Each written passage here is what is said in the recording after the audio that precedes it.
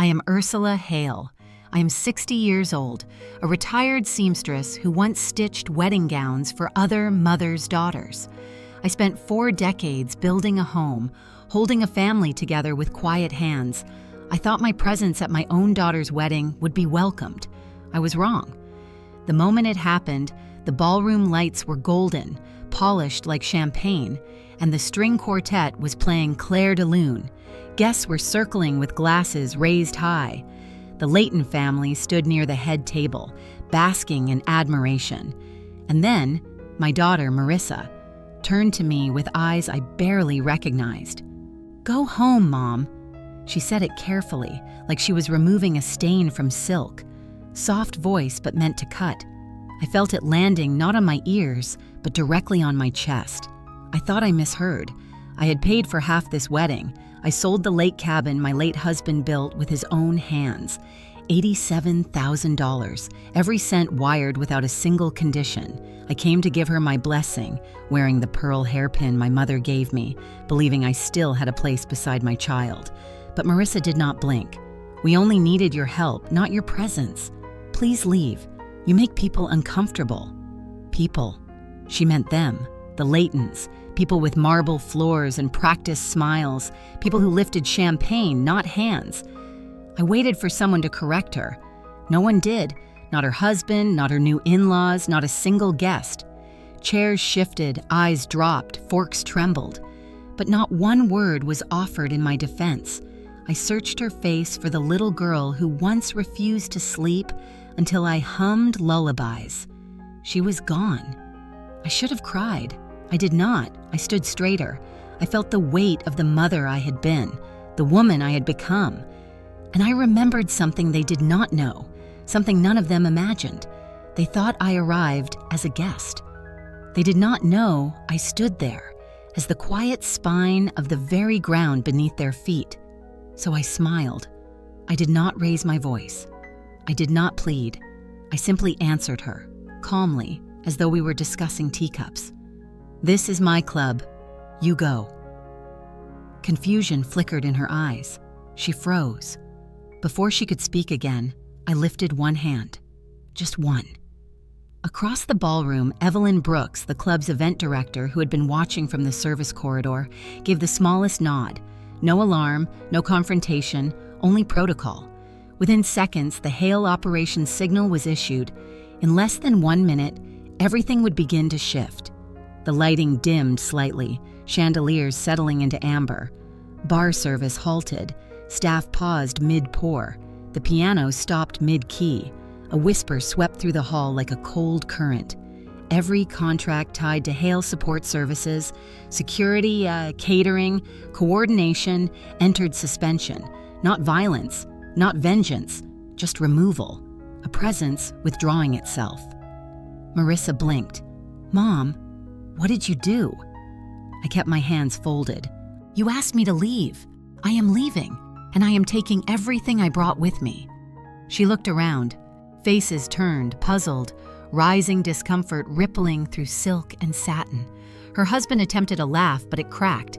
Vivian Layton, her mother-in-law, stepped forward, lips tightening.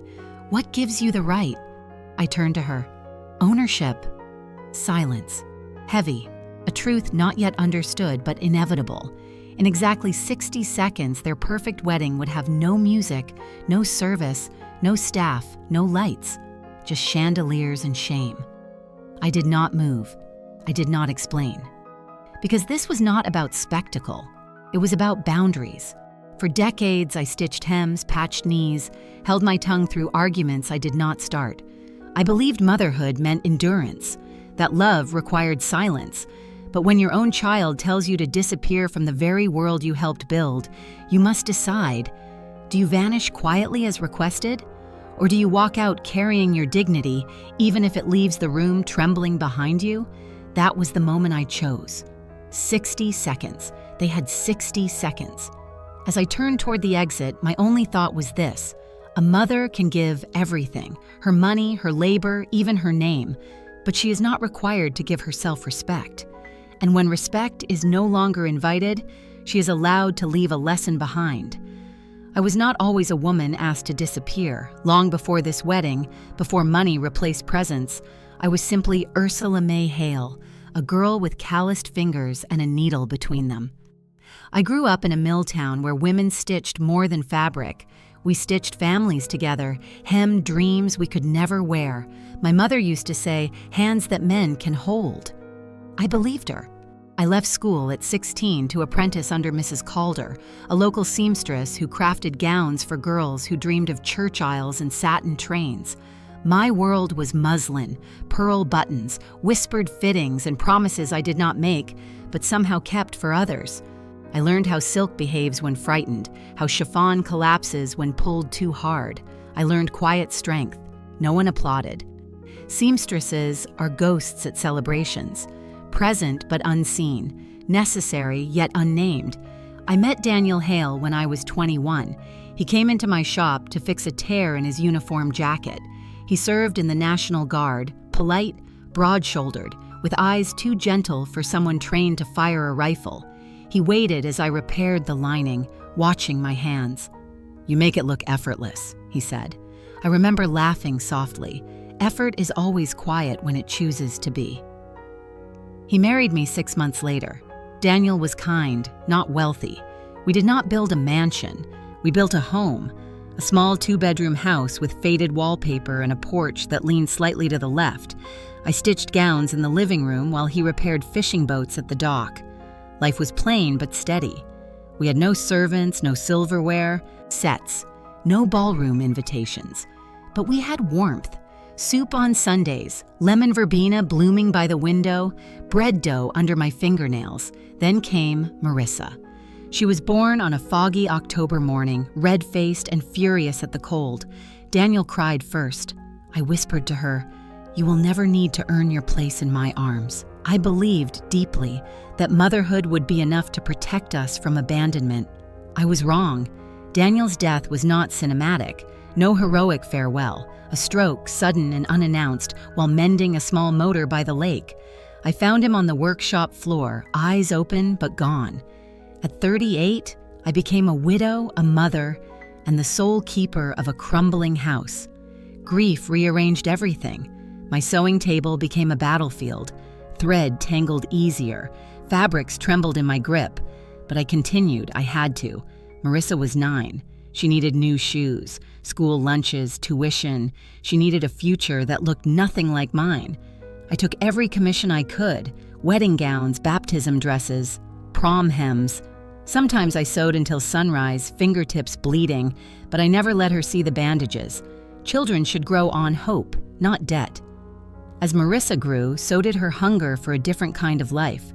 She discovered the world beyond our porch, the girls with polished accents, mothers who hosted luncheons, houses with rooms that echoed.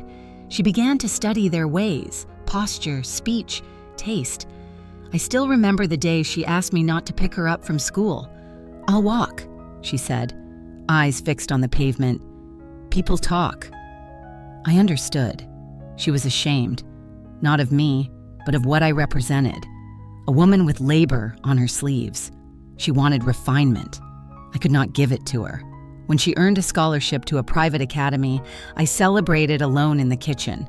I baked her favorite bread. She didn't eat it. She didn't come home for dinner that night. That was the beginning of our distance. The slow erosion, not an explosion. She learned to speak in polished tones. I remained a woman of thimbles and tea towels. Even when she no longer spoke to me about her dreams, I kept funding them. Her college tuition, her internship wardrobe, rent for her first apartment in the city, all paid through the quiet empire of my sewing machine. Once I asked if she needed anything else. She answered with a phrase that would echo for years. "I don't need you, Mom. I just need support." Support, not my mother. Presents replaced by wire transfers. Love translated into invoices. A mother's existence is reduced to utility. That was the first time I felt the fracture. A realization so sharp it cut clean. I was welcome so long as I remained invisible, a shadow paying silently. I told myself it was enough, that all parents fade eventually, that children step into their own light. But it is not fading when you are pushed out of the frame. It is erased. People assumed I had stopped working, but I never stopped. I moved to the lake cabin after selling the house, a small wooden place Daniel once dreamed of retiring in. There, I sewed in the mornings, boiled tea in the afternoons, and listened to wind on the water at night.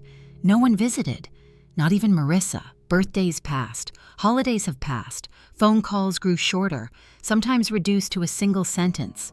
Can you help with rent? Never followed by, how are you? I thought solitude would harden me, but it didn't. Solitude made me observant. I saw how women disappear when no longer needed, how we become transfer accounts, signatures, emergency contacts, present in obligation, absent in invitation. I began investing quietly, small partnerships, community ventures, women-owned businesses, nothing extravagant, just enough to keep forgotten women employed, seamstresses, bakers, former nurses, women who, like me, had been told to leave after giving everything.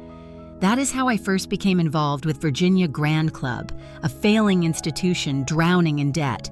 I recognized its bones, faded grandeur, neglected corners. I invested anonymously, not to attend galas, but to preserve something capable of sheltering others. The club never knew me as a guest, only as a ledger entry. That suited me.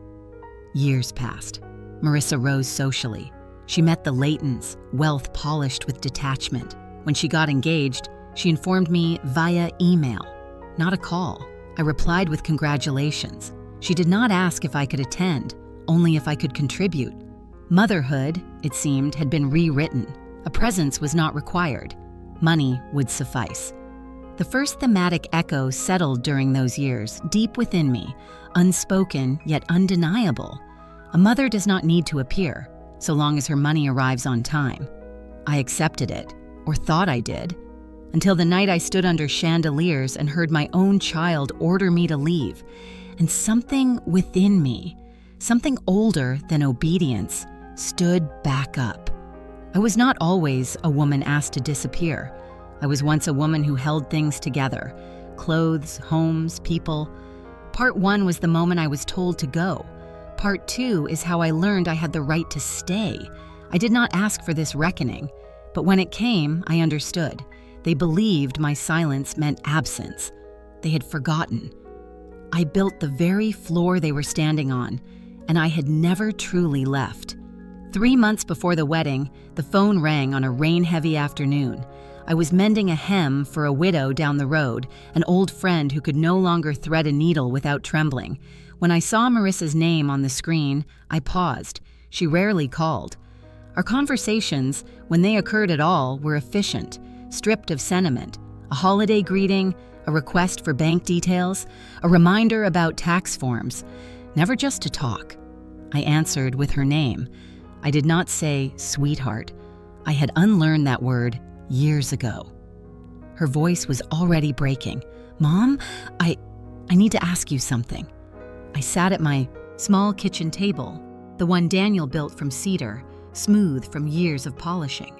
Outside, rain softened against the lake. I listened. The wedding, she said.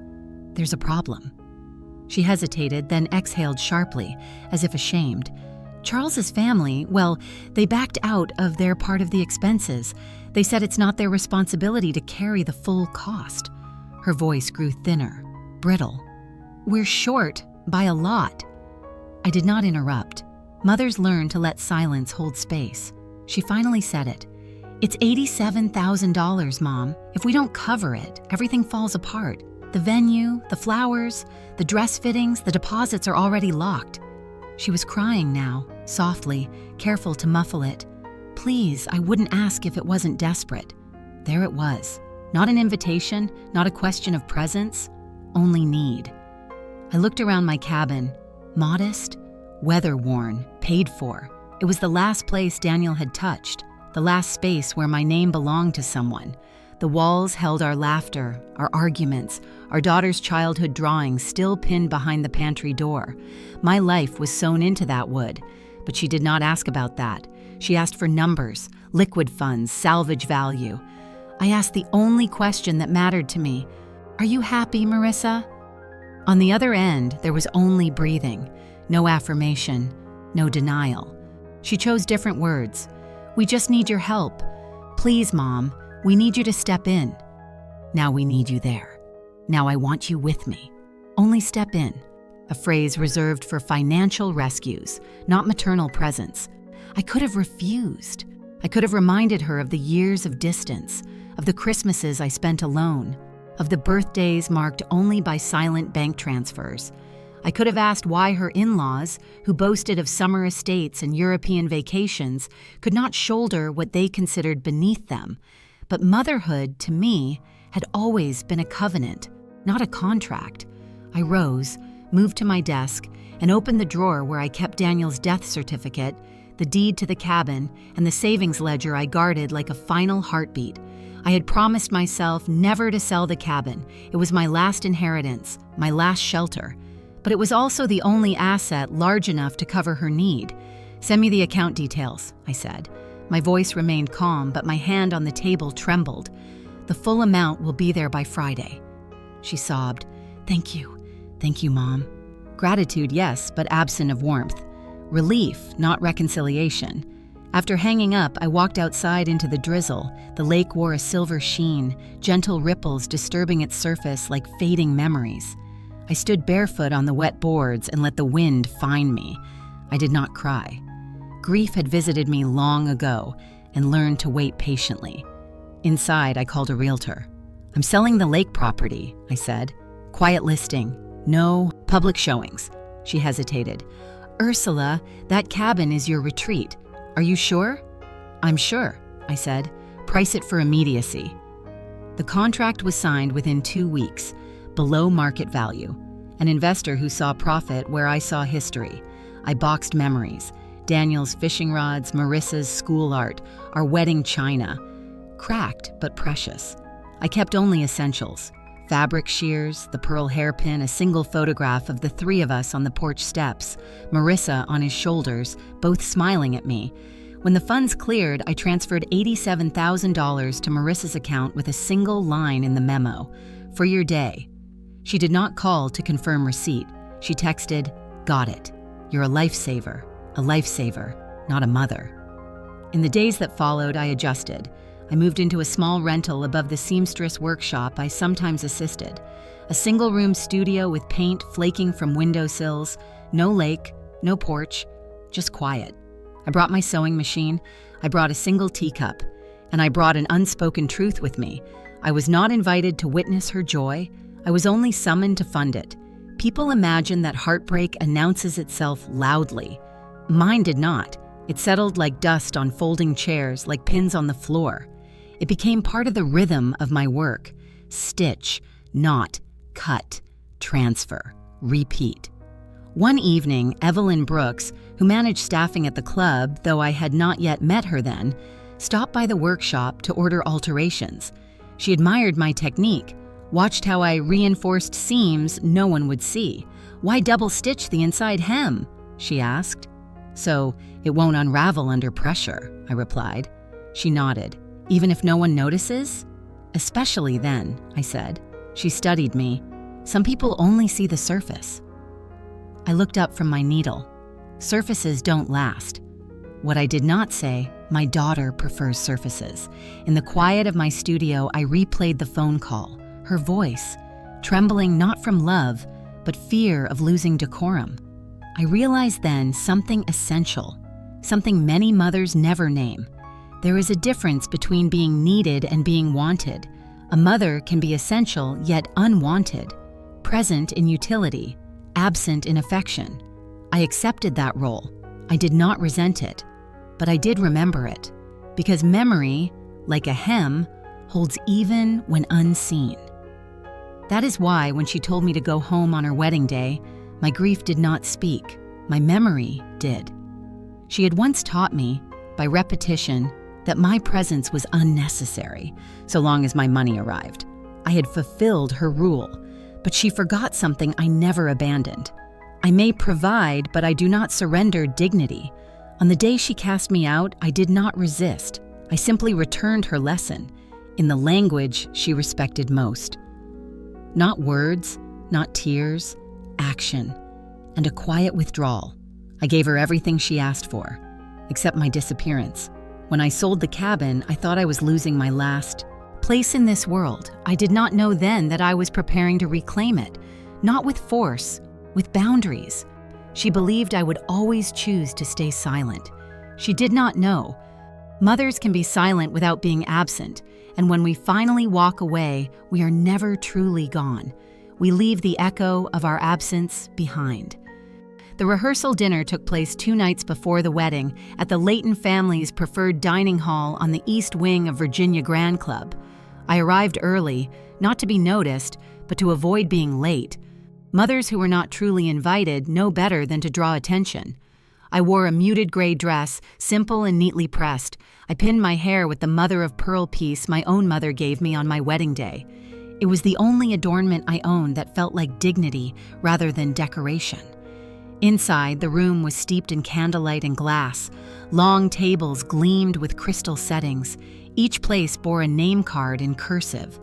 Layton, Aldridge, Carson. I searched for mine. I found Mother of Bride written in smaller print, tucked at the corner of the table. No name, no Ursula, just a role, a function. I slid quietly into my seat. Moments later, a staff member approached and gently informed me there had been an adjustment. "We need this spot for one of the sponsors," he whispered. "Would you mind? There's a place set near the back." I lifted my hands to indicate surrender. I rose, carrying my glass of water. No one at the table looked up. I was escorted to a smaller round table near the service door. The place card simply read, "Guest." Not my mother, not even Hale. Just a body. A placeholder. I sat. I folded my napkin over my lap. I told myself it was fine. I had not come for formality. I had come for Marissa. But she did not see me. She swept into the room in soft blue chiffon, glowing in youth and expectancy. She greeted the Laytons first, kissing cheeks, laughing lightly. She embraced friends. She raised a glass at her fiancé. Her eyes passed over me briefly, as one might glance at a wall for support. No flash of recognition, no sign of relief, nothing that said, "This is my mother." I was simply part of the room. It was Vivian Layton who approached me first. She arrived with gloved grace, shoulders straight, chin slightly lifted, as if she were governing the air. She took the seat beside me and rested her diamonded hand on the table. When she spoke, her voice was velvet wrapped around steel. "You must be Ursula." I nodded. "Yes. I've heard you're very practical." She smiled, but her eyes did not. "Marissa tells us you've always been quite independent, that she learned self-reliance from you." I knew what she meant. Self-reliance is a polite substitute for absence or inadequacy. I chose silence. Vivian's gaze drifted across the table. "You should be very proud. She is such a refined young woman, so poised, so polished." She paused, tilting her head. "She's nothing like—" She caught herself, then let the sentence complete itself without words. "Well, she is fortunate." She looked at me fully, then, "Ursula, you understand, Marissa was never meant for small lives." Her tone softened falsely. "She always had higher aspirations." Higher? Above what? Above me? I held my glass with both hands to steady myself, not because I was angry, but because I refused to visibly tremble. A mother must never shake in public. Vivian continued, "You'll be relieved to know the Layton name will open many doors for her. She won't have to struggle." She smiled as if offering me a gift. "Isn't that what every mother wants?" I wanted to answer her, to tell her that I had never feared struggle, that I feared only the loss of mercy, but I knew my words would be wasted. Women like her do not understand currency outside of status. They spend their kindness sparingly and only where it will buy them admiration. So I said nothing. I sat through dinner like a passing stranger. Courses came and went. Fennel salad, veal medallions, lemon soufflé. Names floated through the air. Names with lineage, names with legacy. I counted the times Marissa looked in my direction. Once, when she needed me to rise for a photo. But I was not in the photograph. I was asked to hold someone's handbag while it was taken. During toasts, her fiancé thanked both families for unwavering support. He gestured to his parents with reverence. To me, he offered a shallow nod, as if to acknowledge an employee. When Marissa stood to speak, I straightened slightly. My heart knew its rhythm. Surely here, in front of witnesses, she would name me. Honor the hands that raised her, or at least glance toward me with gratitude. But she spoke only of the future, of the Layton family, of the guidance of true mentors. She thanked everyone who poured into her life. Her eyes glistened. She did not say my name. I have experienced childbirth. I know what it is to bleed without spectacle. This was no different. After applause faded, I excused myself from the table. I walked toward the corridor where servers moved like shadows. That was when I saw her, Evelyn Brooks. I did not know her title then, only that she wore authority quietly, as some women do. She stood near the linen cart, observing, noticing. She met my eyes. She did not pity me. She acknowledged me, a nod, barely perceptible, as if to say, I see you. It was the smallest gesture, yet it was the only human recognition I received that evening. I returned to my seat. I remained until the final toast. When the evening closed and guests began to drift toward their chauffeured vehicles, I stayed behind to collect my glass, to ensure I left no trace. It is an old habit. Seamstresses leave rooms as if they were never there, invisible hands, invisible mothers. Outside, beneath the portico, I heard the Laytons discussing arrangements. She'll need refinement, Vivian whispered. Some guidance in presentation, but she'll adjust. Adjust to what? A life without roots? A life that demanded revisions of origin? I walked into the cold night without a coat. I breathed air that did not belong to chandeliers, but to trees and wind and honest silence. On the drive home, I did not think of the humiliation. I thought of hems, strong, hidden stitches. To be ignored is not the same as being forgotten. They had not forgotten me. They had erased me. There is a difference. I did not know it then, but a boundary was being drafted in me. Not of rage, not of revenge, but of reality. A mother can accept being unseen, but she cannot accept being unnamed. In that dining hall, I learned the first truth of what was coming. It was not enough for them that I had stepped aside. They wanted me removed. And removal, I would learn, has a cost. One neither they nor my daughter had yet measured, but I would. It was just before the first dance when it happened. Guests had begun to drift from tables to the ballroom floor, gathering near the string quartet. Laughter rose like polished glass, controlled and glimmering. The chandeliers softened to amber, casting a glow meant for celebration. I stood at the edge of it, in the place reserved for those who belonged to no one. Marissa crossed the room toward me. She walked carefully, mindful of her silk train, glancing left and right to ensure no one of status noticed her detour. When she reached me, she did not smile. She did not hug me. She positioned herself so her back shielded us from view, as if even our conversation required concealment. "Mom," she began, her voice tight, "you shouldn't be standing here." I looked around. "Where would you like me to stand?" "Not here," she whispered. "People can see you." I thought she meant my tears, though I had none. I asked gently, "Do I upset you?" She exhaled sharply, eyes darting over my shoulder. "You don't understand. You make things difficult." "Difficult?" I repeated. "For whom?" She swallowed. "For me." I waited. She hesitated, then delivered it plainly, like a surgeon making the first incision. "You don't belong here, Mom. You make me look less, not just unwelcome, diminishing." I felt the weight of the words settle in my bones. I asked quietly, "Is that how you see me? As something that reduces you?" She winced. "Please don't make this dramatic. It's just your presence, your clothes, your way. You don't fit with this life, my life." I studied her face. the foundation carefully blended along her jawline, the diamond earrings likely borrowed from the Laytons, the posture she learned from finishing school, chin aligned with ambition. She trembled, but not from fear of hurting me. She trembled from fear I might resist. I spoke softly. "I thought today was the day you might need your mother." She shook her head, not in refusal, but in dismissal. "We needed your money," she said, then paused, as if choosing whether to soften it. She chose not to. "Not you." There it was. Not accidental, not heat of the moment, prayerfully precise. I felt something slow within me. Not breaking, aligning. As if the earth beneath us had shifted just enough to reveal the truth long buried. She looked relieved, as though the confession lightened her.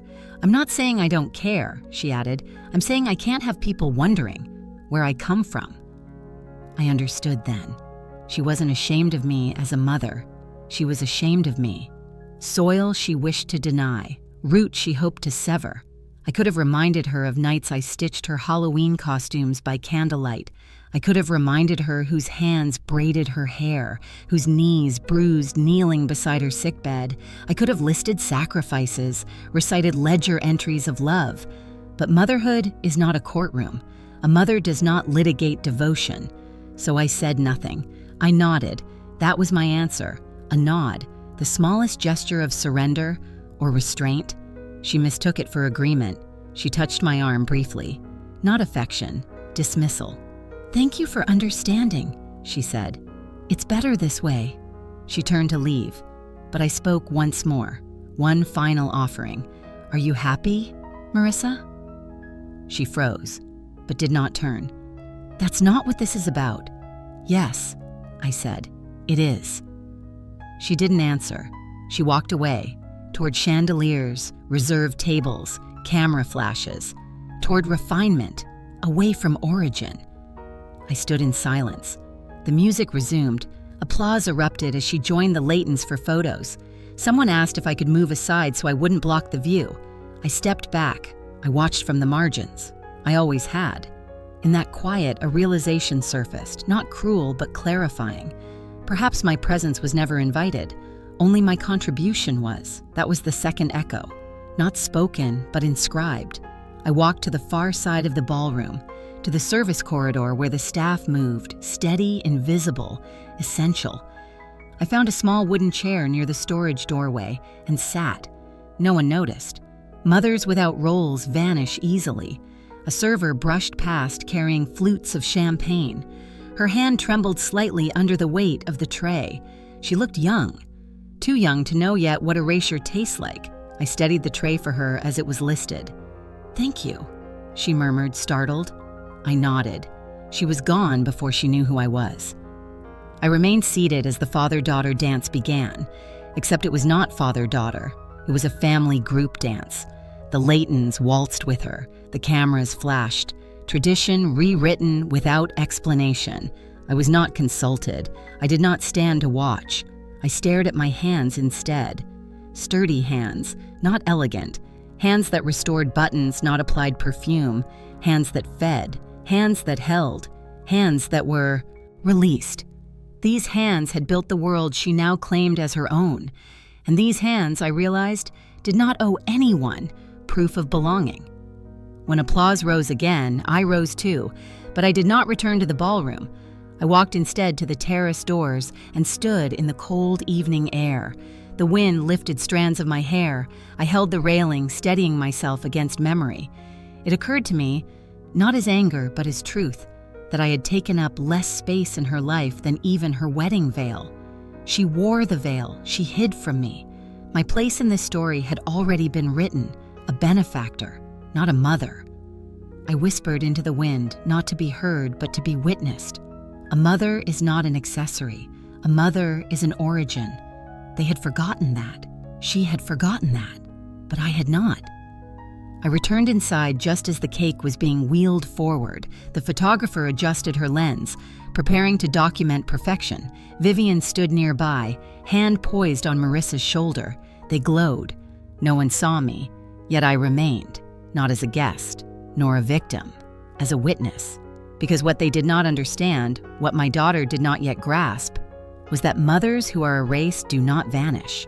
We become memories, and memory, once awakened, will return, not to seek vengeance, to set a boundary. That night, she told me she did not need me, but she would learn. It is one thing to dismiss a mother. It is another to discover what she chose to withhold when she finally walked away. I did not leave the wedding that night. Not yet. I stayed long enough to understand the full measure of what I had become in my daughter's eyes. Useful, but unnecessary. Present only in absence. She believed I would slip away quietly, carrying no trace, making no disruption. A ghost exiting before the photographs were printed. She did not know what I kept hidden.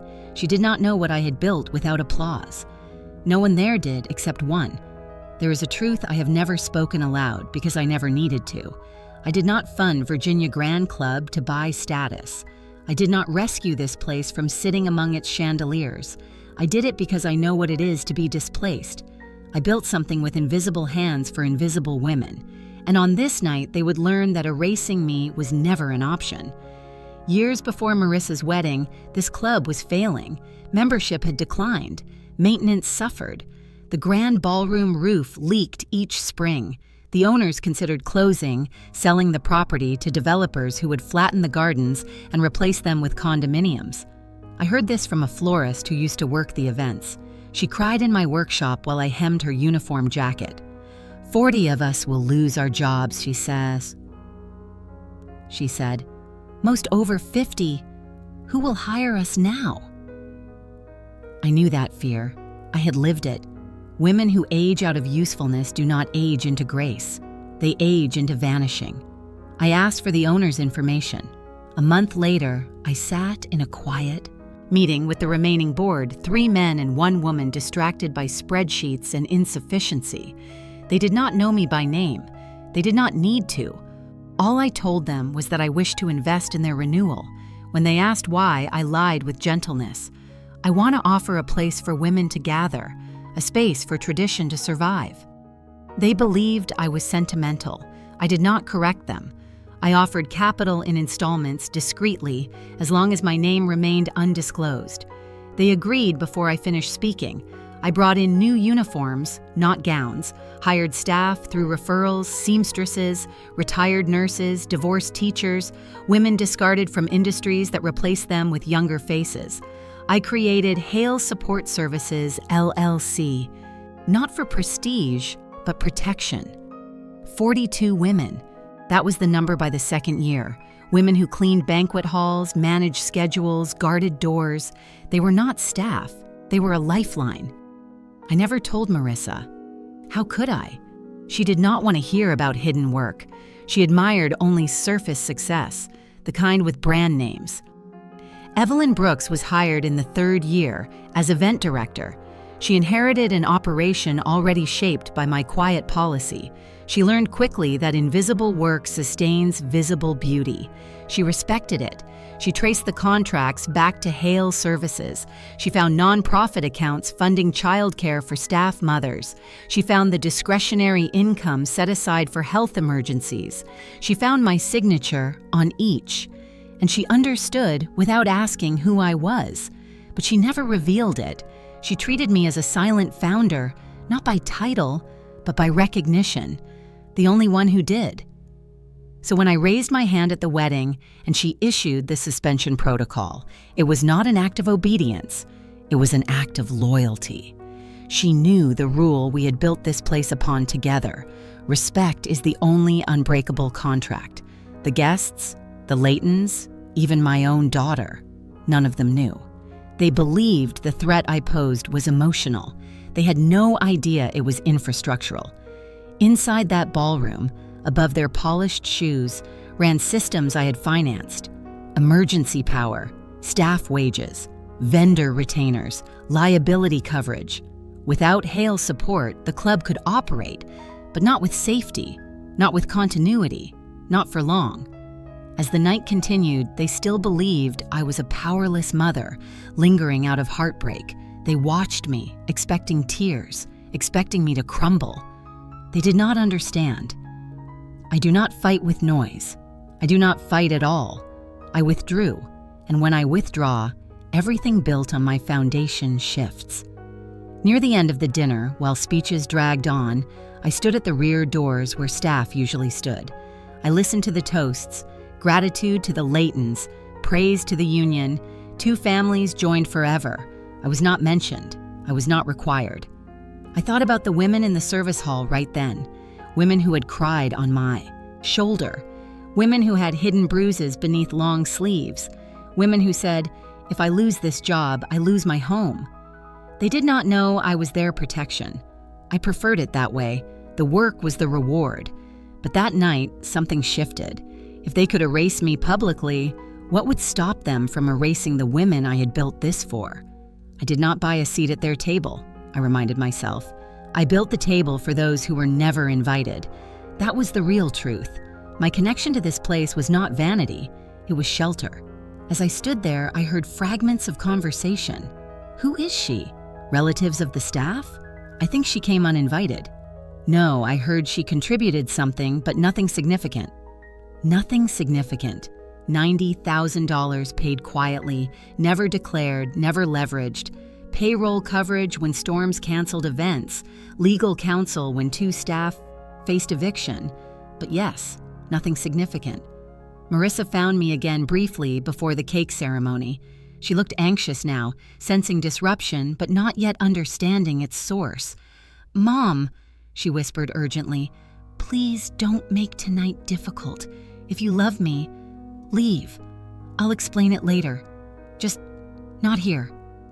If you love me. Love, in her language, meant silence, compliance, disappearance. I nodded again. Not approval. Acknowledgement. I stepped outside. I stood beneath the lantern posts lining the terrace and breathed night air. Evelyn approached quietly. "Are you certain?" she asked. "I am." Her face did not change. "They don't understand." "They don't need to," I replied. "Understanding is not required to learn consequence." She nodded. "You built something here," she said, barely above a whisper. "No," I corrected her. "I preserved something. A place. For women who no longer have a place." Her eyes softened. "What will you do?" "What I have always done," I said. "Withdraw my presence. Withdraw my support. And leave space for realization." She hesitated, then asked the question no one else had. "Does it hurt?" I looked through the glass at my daughter, smiling for photographs. "Yes," I said quietly, "but getting hurt is not the worst outcome. The worst is pretending not to feel it." She nodded. "They will know by morning." "Yes," I said, "but I won't be here to witness it." I left the terrace and returned only once more, to stand at the threshold of the ballroom. I saw it all. The toasts, the twirling gowns, the curated joy. It was beautiful and hollow, a facade unaware of its supports. I walked away, unnoticed. No one stopped me.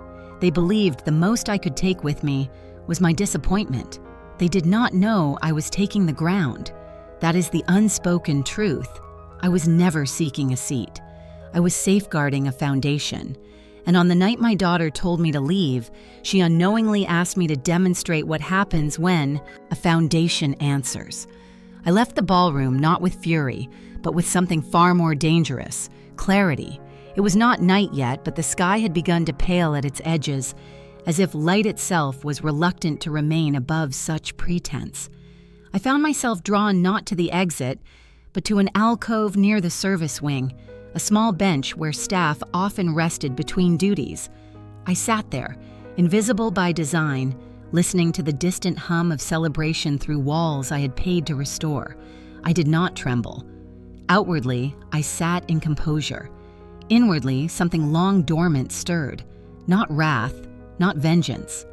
A question. If a mother is no longer called by her name, is she still a mother? It repeated itself, not in accusation, but in bewilderment. What remains of a role stripped of recognition?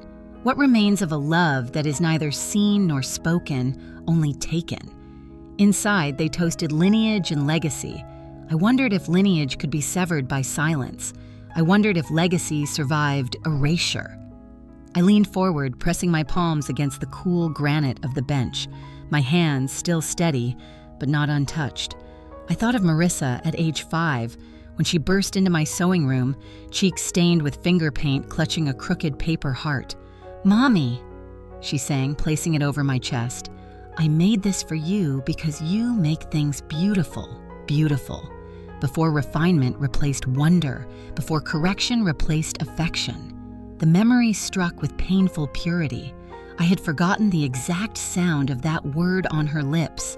Mommy. 2 syllables shaped with trust, not expectation. I had cradled that word like a stitched seam. I had believed it would hold, but I had not counted on forgetting being a skill the world would teach her. What tears I held back during the dinner, during the photographs, during the dismissal. I could not restrain now. One tear fell, just one. It traced the edge of my nose, catching briefly on the line time had drawn along my cheek. I did not wipe it. It did not return. That single tear was not grief. It was burial. If a mother's name can be buried, what remains of her? I closed my eyes. I let silence answer me. It replied not with sorrow, but with an ache older than speech. She remains a witness, not to parties, not to titles, to tell the truth. They think I was humiliated. They think I will shrink. They think I will leave so they can continue unhindered. They do not know I have never raised my voice to be heard. I have always raised my silence. Through the doorway, I glimpsed the dance floor. Marissa swayed with her groom. She was radiant but not joyful. Her smile flickered at the edges, as if haunted by an unfinished sentence. Perhaps she thought I would confront her. Cry publicly, plead. She does not understand. I do not make scenes. I remove stages. A sound broke the moment. Laughter from inside. I looked through the glass. A guest imitated a worker, mimicking the bending posture of staff collecting plates. Another guest laughed. That was when I felt it. Not for myself, but for them, the staff, the women who labored in silence, women like me. Will they be mocked when I'm gone? Will they be dismissed as she dismissed me? Have I built protection or merely delay? Anger did not come. Responsibility did. I stood. I straightened my dress. I wiped no tears. There was nothing left to wipe. A voice near the corner startled me. "Mrs. Hale?" I turned. It was the young server whose hand I steadied earlier. She held a glass of water. "I thought you might need this," she said, unsure. "I don't know why. I just thought." I accepted it. "Thank you." She lingered. "You're her mother, aren't you?" I nodded. Her eyes wavered, unsure whether to apologize on behalf of something she could not name. She didn't. She simply said, "We saw. We saw." 2 words. Small. Enough. She left without waiting for my reply. I drank the water slowly. I had asked myself earlier, if a mother is unnamed, is she still a mother? The answer arrived, not in sentiment, but in certainty. Yes, because motherhood is not bestowed by those who benefit from it. It is anchored in those who see it, even strangers. I returned to the hall's edge, standing where I would neither obstruct nor retreat. The night was shifting. I felt it. Threads pulling, seams tightening, conversations growing frantic. The first consequences, unseen to guests, had already taken effect. Catering had halted after final course. Staff had received silent instruction, no further service until authorization. Panic was coming. Not chaos, panic. Chaos belongs to fury. Panic belongs to reckoning. Inside, the Laytons still believed control lay in speech. They had not yet met the strength of silence. I thought of Daniel, my husband, and something he once told me while mending a net by the lake. Men raise walls. Women hold ground. I never understood it fully until that moment. I was not here to topple walls. I was here to reveal ground. The ground they assumed was theirs, but it was never theirs. It was only borrowed. I walked toward the double doors, hands still, face unreadable. Evelyn met me in the corridor. She searched my eyes, not for approval, but for resolve. "They will ask who you are," she said. "They will learn," I replied. "How much will you tell?" "As much as needed, no more." She nodded. "And Marissa?" I paused. The question cracked something I had kept guarded. And Marissa? What of the child who told me I diminished her? The child I carried beneath my heart, who now denied my name? I answered not for Evelyn, but for myself. "I will not destroy her," I said. "I will show her the cost of erasing what built her." That was when I felt another tear, not for loss, for finality. A realization settled into me, whole and irrevocable. I did not lose my daughter tonight. She lost her mother, not my love. That remains, but my protection. Protection cannot coexist with erasure, and so I let it go. The chandeliers flickered as if aware. I took one final breath before re-entering. Inside, they danced, unaware that the floor beneath them had already begun its quiet shift. Mothers do not always roar. Sometimes we do something stronger. We stop holding what was never meant to be carried alone. And when we let go, the world must learn how much we upheld. That is not vengeance. That is the truth. Born not of rage, but of recognition. I re-entered the ballroom after I had reached my conclusion. I would not raise my voice. I would raise the truth. The air inside had grown thick with perfume and pretense. Laughter clung to the chandeliers like brittle ornaments. No one saw the fracture forming beneath the surface. No one sensed the shift. I stood at the edge as Marissa finished her dance with the Laytons. Applause burst like crystal breaking. She curtsied lightly to her new family. She never once looked toward me. I don't know what they expected me to do. Disappear, perhaps, now that the ceremonial use of me had concluded. They had forgotten something crucial. I was never here for display. I was the structure. When she returned to her seat, she brushed past me again. This time, she didn't lower her voice. "Mom," she said through clenched teeth, "you're still here." It was not a question. It was an accusation. I answered calmly, "Yes." She drew a sharp breath. "I asked you to go." I looked at her, not at the bride, but at the child I once held against my chest. "And I heard you." "Then why—" She stopped, glancing at the guests nearby. "Why are you still standing here?" Silence. I let it rest between us, steady as a held blade. Then I said it. "This is my club." She blinked. "What?" "You go." She frowned, confused rather than furious. She thought it symbolic, a metaphor. She still believed power belonged to titles, not foundations. I did not explain. I raised my hand. Across the room, Evelyn, stationed near the service entrance, caught the motion. Her eyes met mine, unflinching. No words were exchanged. We had prearranged nothing, yet she understood perfectly. The protocol had only one trigger: withdrawal of patron authority. She pressed her radio lightly. One word was all it took: suspend. There was no alarm, no dramatic gesture, no confrontation. There was only absence. The quartet faltered first, bow lifting uncertainly from string. The music stopped mid-measure, leaving the room lopsided in silence. Waiters stepped back from their tables, setting trays down on sideboards.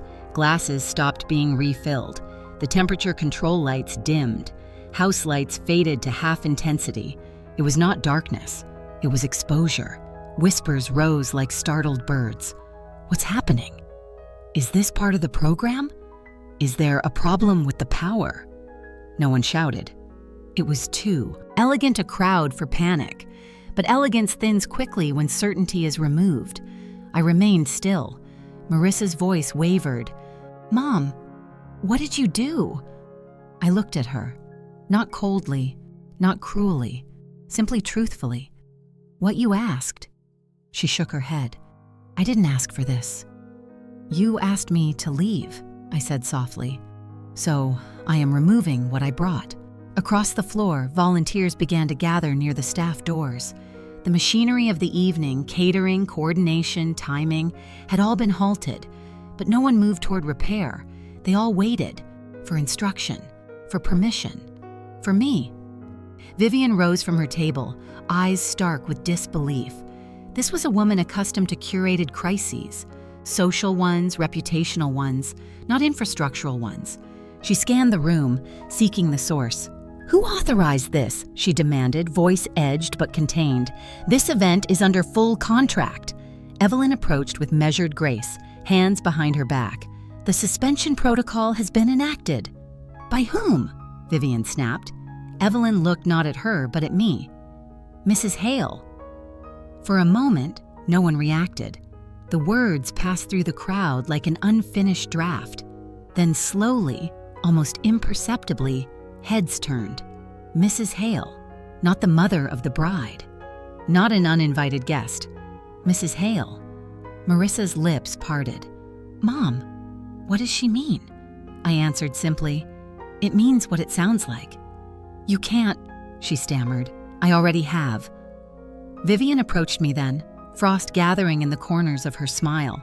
"Ursula," she said through an immaculate facade, "I'm sure you don't understand the consequences of this." "I do," I replied. "I don't think you do," she continued, voice now knife-sharp. "There are legal ramifications. There are contractual clauses," I interrupted gently, "all of which were drafted at my approval." Confusion twisted her face. "Your approval?" "I underwrite the operational authority of this club," I said, not loudly, not boastfully, as one would state a time of day. A hush fell. Conversations died mid-sentence. Somewhere a glass shattered, forgotten in a trembling hand. Vivian laughed once, short, hollow. "You're claiming ownership?" "I am not claiming anything," I said. "I am withdrawing." The floor shifted, not physically, but perceptibly. People who had ignored me now reevaluated. The staff stood straighter. The guests stepped back. And my daughter crumbled. "Why?" she whispered. "Why didn't you tell me?" I held her gaze, steady. "Because you did not ask who I was," I said. "You only asked what I could give." She shook her head, desperate. "This isn't fair." I almost agreed. Fairness was never the currency between us, but I said nothing. Vivian tried to retake ground. "This is outrageous. We'll have this corrected within minutes." Evelyn answered her, not rudely but firmly. "You cannot resume service without reinstatement, and reinstatement requires Mrs. Hale's authorization." The words landed like a verdict. This was not my revenge. This was my boundary. No one moved to expel me. No one dared. The room, once choreographed with assurance, stood suspended in uncertainty. I did not raise my chin. I did not harden my eyes. I remained exactly as I had always been, quiet, present, unshaken. I looked at Marissa one last time, not to punish, to witness. She had believed I was expendable. Tonight she learned, you cannot erase what you stand upon. I turned away then, not to leave, but to release. I did not need to stay and watch.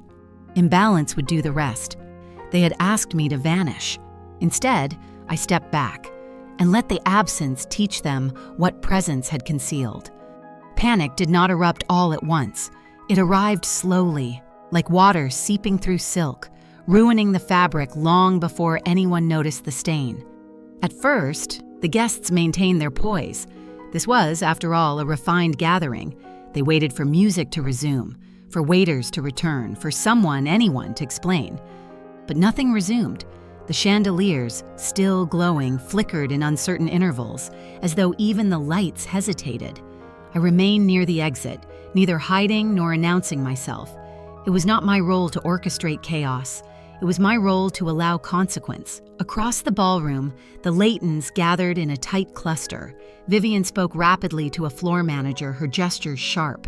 Her husband attempted diplomacy, waving discreetly for staff assistance. No one responded, no staff moved. They knew the protocol. When Hale support withdraws, service halts entirely until reinstated. No one in the room had the authority to reinstate it. "Check the fuse box," someone whispered. "It can't be electrical," another replied. "The lights are on." "Where's the event director?" Where's the bride's mother? They did not know those two questions had the same answer. I watched guests begin to dab unease off their foreheads with linen napkins. Some laughed nervously. Others began to leave their seats, drifting toward hallways in search of clarity. Conversations fractured. What do you mean there's no one in the control office? The bar is closed? They said all catering has been suspended. But by whom? They said, Mrs. Hale. Silence followed my name. Not recognition, realization. Not everyone understood, but everyone felt the tremor. At table 3, a woman in emerald silk stood.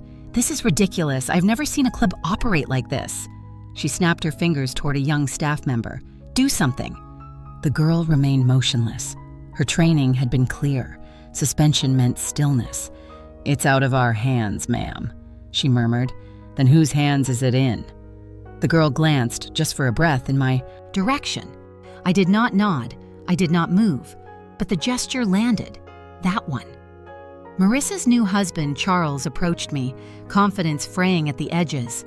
Mrs. Hale, I think there's been a misunderstanding. If you'd like us to make an announcement— There is no need, I replied calmly.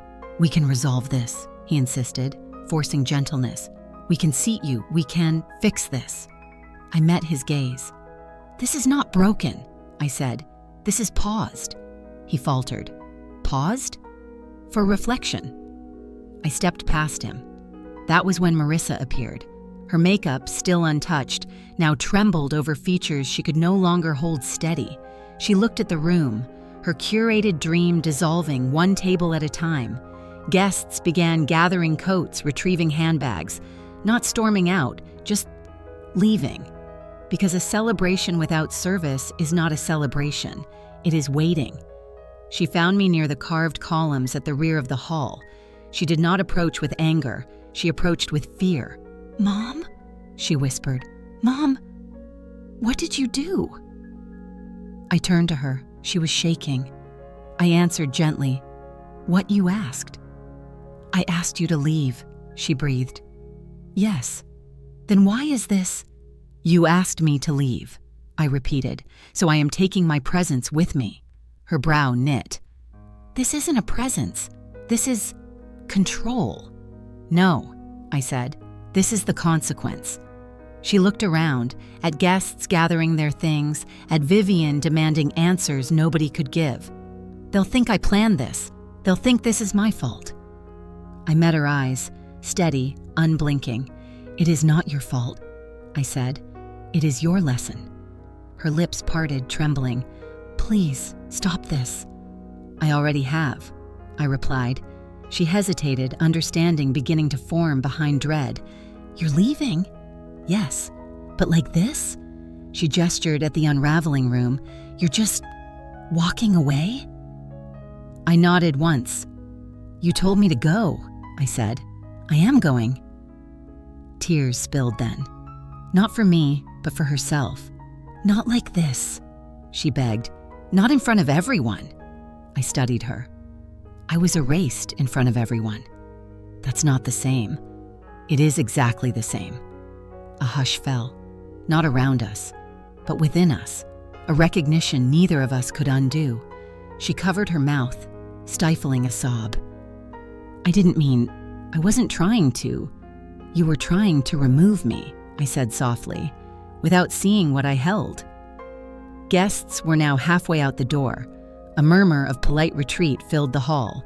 Chairs were left askew, plates half-eaten. The quartet packed instruments in silence. Vivian approached with the stiff posture of a woman preserving pride. Ursula, whatever this is, end it. You are humiliating yourself. I turned to her. No, I said. I am ending it. She froze. Ending what? My participation. You can't just— Yes, I said. I can. She stepped closer, voice low. This is madness. You've sabotaged your own daughter's wedding. I looked at Marissa. I did not sabotage it. I let the truth land gently. I refused to attend it unseen. Vivian scoffed. You could have discussed this privately. You did not dismiss me privately, I replied. She opened her mouth. I turned away. My role was finished. I walked toward the exit, not rushed, not triumphant, simply concluded. Behind me, I heard Marissa's voice, but not calling for me, calling for understanding. "Mom, please, I don't know what to do." I did not answer, because that was the point. They would now learn what absence feels like. They would now navigate without the mother they believed unnecessary. I reached the door. I did not turn back. I did not need to witness the unraveling. It had already begun, and I had already gone. I walked through the corridor without haste, the sound of departing guests fading behind me. The marble floor beneath my feet felt heavier than it had hours earlier, as if the building itself understood it was shifting ownership, not through contract, but through memory. I did not look back at the great doors I had just closed behind me. I had already seen all I needed to see. No one called my name. No one followed me. They were too busy scrambling to mend the image, to salvage grace without foundation. I knew they would spend hours rewriting the narrative to place blame, or to disguise it. Some would say I ruined the evening. Others would insist it was a misunderstanding. Most would pretend it had never happened, but I did not leave to be remembered. I left to be known. I continued down the service hall, where chandeliers gave way to fluorescent lights, where elegance yielded to labor. The halls were nearly empty. Staff stood in small clusters, hands folded, awaiting instruction that would never come. Faces full of questions, but no one dared to speak them aloud. They looked at me, not with confusion, but with recognition. Not all of them knew my name, but they knew the signal. They knew what my departure meant. I had reached the back entrance where deliveries and forgotten things pass unnoticed. I paused at the threshold, grounding myself before stepping into the night. That was when I heard footsteps behind me, soft, steady, reluctant. A woman appeared, not Marissa, not Vivian. She wore no jewelry, no silk, just the plain navy uniform of housekeeping. Her hair was pinned back loosely, damp from hours of labor. In her hands, she carried a folded cloth. She must have been cleaning when the suspension was called. She approached me slowly, uncertain if she had permission to speak. "Mrs. Hale?" Her voice trembled, not with fear, but with care. I turned to face her. Her name tag read Elena. She swallowed. I wanted to say, "Thank you." I studied her face. Tired, honest, unmasked. She continued, her eyes glossing. "I have worked here for 12 years. I cleaned this place when it almost shut down. When they said they couldn't afford to keep anyone, I thought I would lose everything." She paused, lowering her eyes. "And then the jobs came back, the benefits, the training. No one told us how, just that support was restored." Her voice cracked, but she did not cry. "They never told us it was you." I said nothing. She pressed on. "I have a son. He has asthma. I couldn't afford his medicine. But the emergency fund, someone approved it in 1 hour." She looked up fully. "I know that was you." I exhaled softly. "It was not only me," she nodded, "but it began with you." She stepped closer, not invading space, but crossing the distance of truth. "They may not understand what you did tonight," she said, "but we do." We. The word did not wound, it healed. Behind her, I saw 2 others, a caterer, an attendant, standing still, watching. No applause, no spectacle, just stance. "I wanted you to know," she added, voice steadying, "you are not leaving alone." I felt something shift in my chest then, not restoration, not triumph, acceptance. It was never blood that bound legacy. It was witness. I nodded once. "Thank you." She hesitated, then said, "They will talk about tonight. They will ask why." I met her eyes. "And what will you say?" She answered without doubt, "That a woman who built this place chose not to be erased by it." She stepped back, offering space without abandonment. "Do you want someone to walk you out?" I shook my head. "No, this is a path I must walk by myself." She nodded. "I understand." She did. I turned toward the exit, hand on the steel door. Before opening it, I spoke. Not to her, not to them, but to whatever future might carry my name without knowing my story. A mother can be unseen, I said softly, but she is never undone. I pushed the door open. Cold air met me, clean, honest, uncurated. I stepped into it like one step into water, knowing it would sting at first, but cleanse eventually. Behind me, the door closed. No applause, no farewell, but I was not empty. I carried with me the only affirmation I needed. A woman in a uniform, standing still in truth, saying without ornament, "We saw. Not my blood, not my child." Yet she remained. In that moment, I understood. Dignity is not preserved by lineage. It is preserved by witnesses. Those who benefited may forget. Those who inherited may deny. But those who survived with you, they remember. That is enough. I walked across the gravel path toward the parking lot. The moon was rising, unbothered by the unraveling of human ceremony. My steps were slow, steady, not in defeat, in decision. I had not taken revenge. I had taken leave. That difference would linger long after music ended, after flowers wilted, after names faded. I did not glance back at the building. I had no need. They would search for me in the days to come. Some would seek apology, some would seek resolution, some would seek reinstatement, but they would not find the woman they dismissed. They would find only the echo of her boundary, and in that echo, if they truly listened, they would hear the only answer I ever needed to give. I was never asking to stay. I was only refusing to vanish. I walked across the dimly lit parking lot alone, though solitude no longer felt like abandonment. The night air pressed cool against my skin, clear and unflinching, unlike the ballroom, where every breath had been filtered through pretense. My footsteps crunched softly over gravel, a steady rhythm that did not echo but anchored. It would be easy for them to believe I acted out of hurt, or spite, or vengeance. They will say I was offended and reacted irrationally. They will craft explanations that allow them to remain blameless. But the truth, the real truth, is quieter and heavier. I did not withdraw because I was insulted. I withdrew because if I stayed, I would teach every woman watching that motherhood means enduring humiliation in silence. And that I could not allow. I have been silent before. I have endured before. But there is a difference between bearing weight and enabling harm. A mother's strength is often mistaken for infinite tolerance, as if our love is measured by how much disrespect we can absorb without shattering. But love that accepts erasure is not devotion, it is surrender.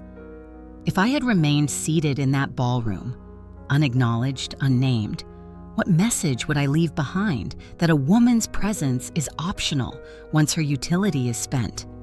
That sacrifice grants no seat unless sanctioned by refinement? No, I could not remain. Not because they diminished me, but because I refused to help them diminish what motherhood stands for. A title stripped from formality does not strip me of truth. They denied me a chair, but I will not deny myself a boundary.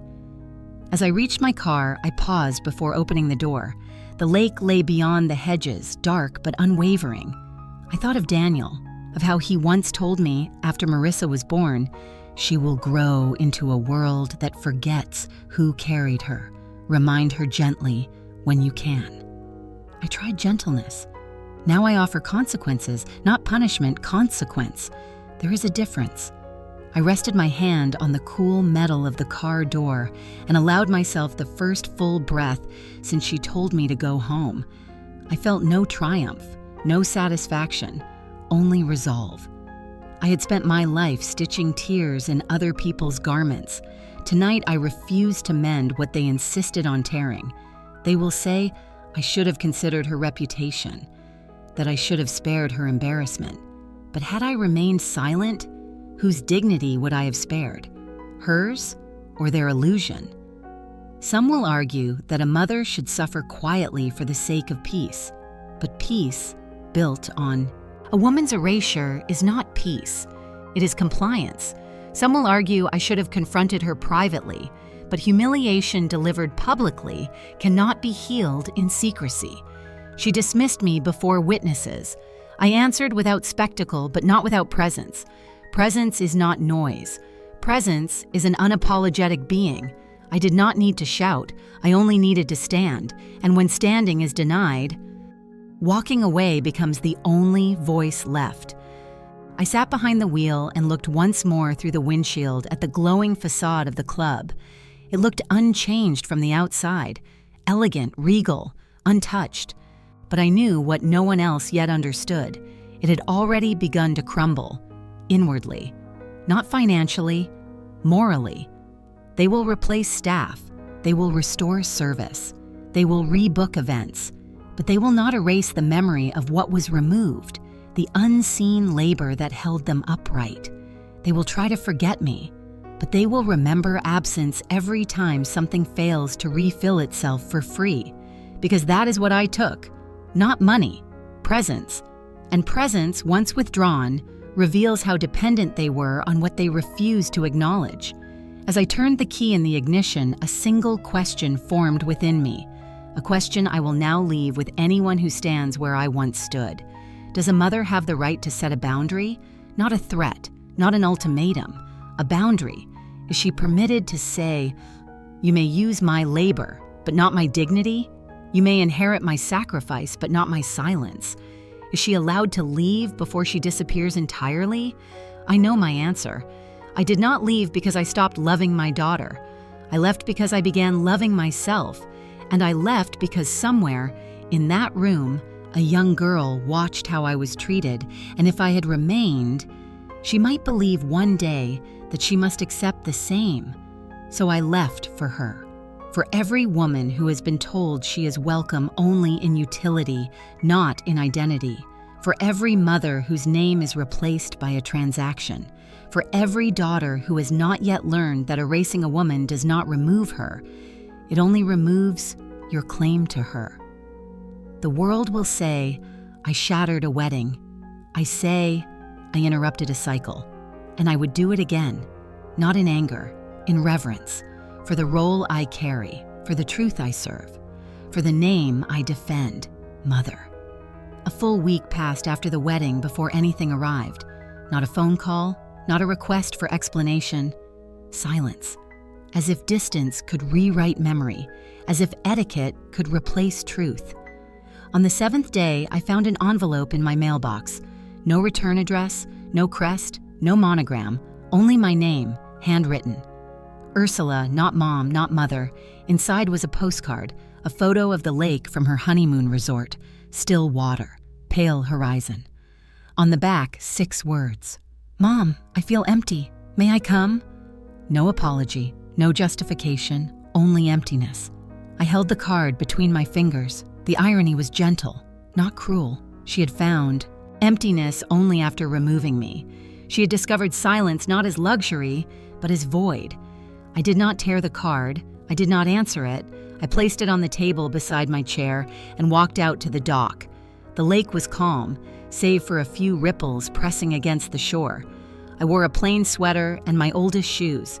In my hair, I placed the mother-of-pearl comb, not out of nostalgia, but out of remembrance. I had worn it on the day I gave her away. I wore it again on the day I reclaimed myself. I sat. I let the evening light fold around me. Not golden like chandeliers, honest, temperate. I thought of her first word, not mama. She had said more, tugging at my sleeve for another piece of bread. Years later, she told me more had defined her ambition. She never realized it was my word too. More patience, more sacrifice, more silence.